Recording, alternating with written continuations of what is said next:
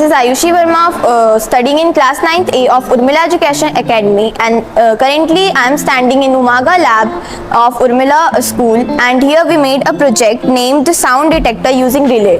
The components we need using this project is the sound sensor, the Arduino and the relay. When we clap or made any sound, the lights went on, and when we another time when we clap, the lights went off. Now we will talk about the connections of the Arduino, sound sensor and relay. Firstly, we will talk about the connections of sound sensor and Arduino.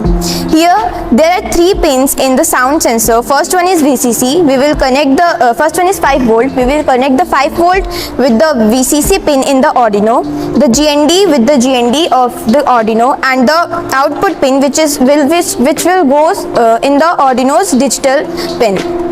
And now we have the relay which has the same pin as the sound sensor. The first one is VCC. We will connect the VCC with the 5 volt, GND to GND, and the input pin with the digital pin of the Arduino.